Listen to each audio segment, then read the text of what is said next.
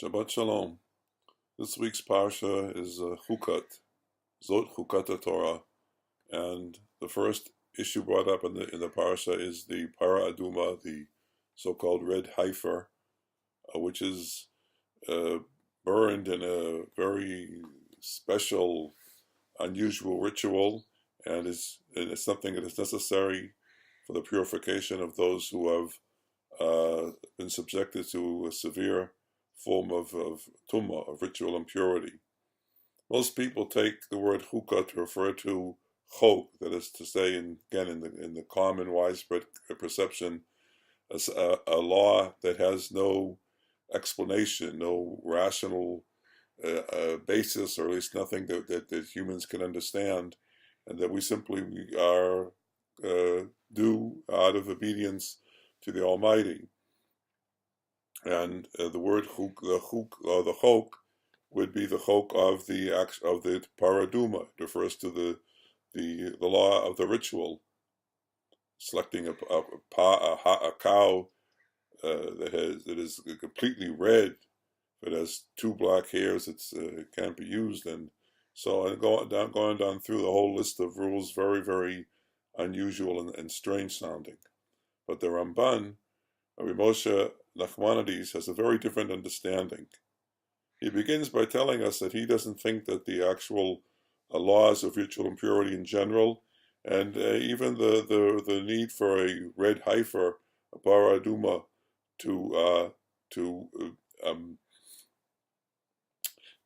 purify those who have become impure with these severe impurities, are irrational. I won't go into his reasoning. It has to do with some of his conceptions of what of tumah and tara, purity and impurity are.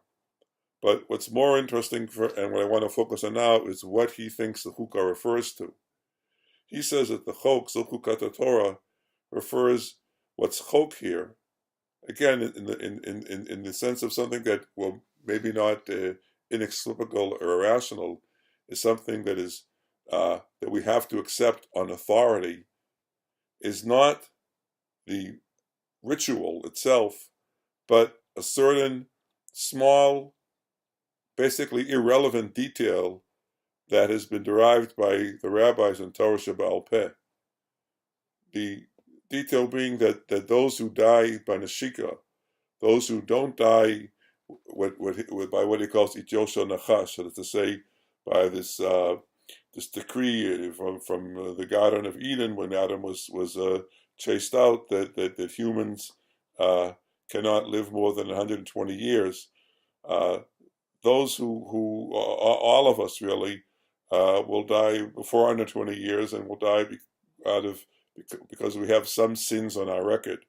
But for those few individuals that are listed in our ancient sources, who went through life without sinning, they simply died by the kiss of God at 120 years, then their corpses do not defile. If someone happens to touch their corpse or come into contact with them according to the rules of ritual impurity, they are not tameh, they are not ritually impure. And this is what the Ramban says is the chok, or the huqah. And one strong argument is that it doesn't say zot huqat para, the way it says, and it's even with regard to Pesach, Huqat Pesach. It says Huqat Torah. It's a chok of the Torah, meaning that the Torah can be expanded on, elaborated on by the rabbis, who add details and further restrictions and obligations. So let's now just read the few critical sentences in his commentary, which I will put on the screen now. So he says, the tam tumatamet bityosha nachash. As I said, the reason why people are ritually impure when they come in contact with a corpse has to do with the fact that the person has died. He has some sins on his record. Because those who die by the kiss of God do not defile min hadin. Min hadin means by means of the reasoning of the rabbis of the Torah Shebaal Peh.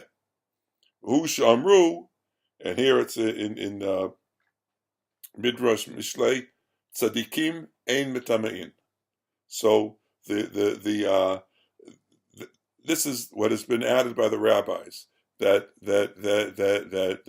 there's an exception to the biblical rules of ritual impurity caused by coming in contact with a corpse for certain very rare individuals who have died by means of the kiss of God because they've simply reached the end of their lifespan, though they really have no sins to cause their death. Now, let's go on and read the next part.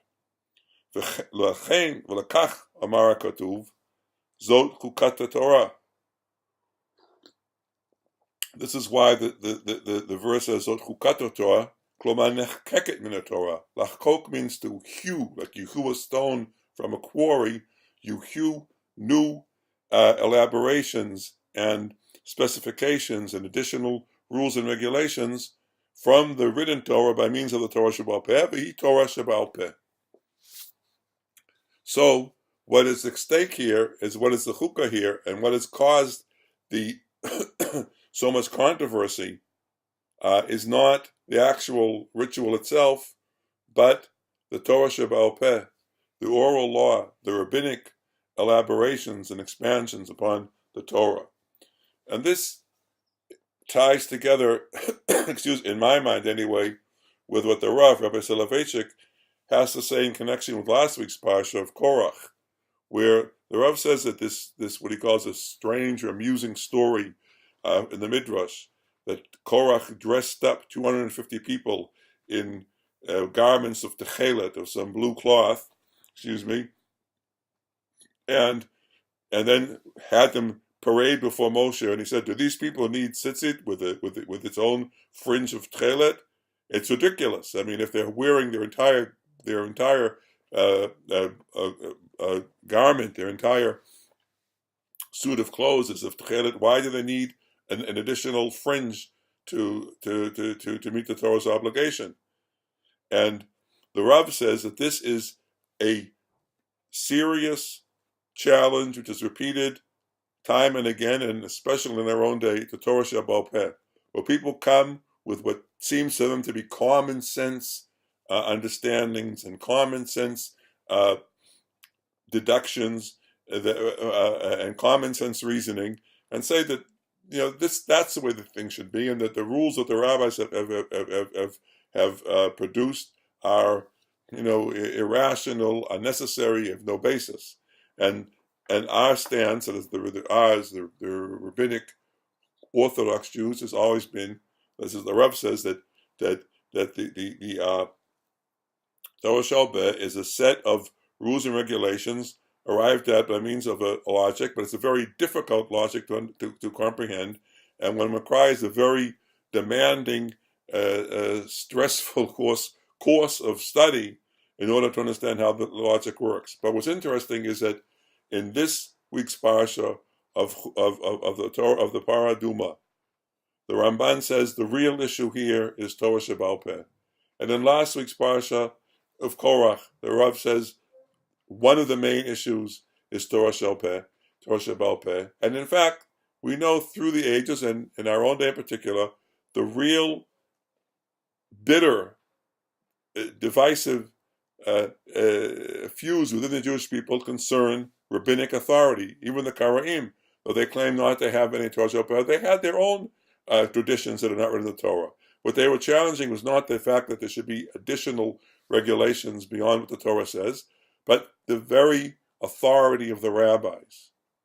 And I think we should really take this to heart, and the Rav is really the only person to formulate a real political philosophy of the nature of the Jewish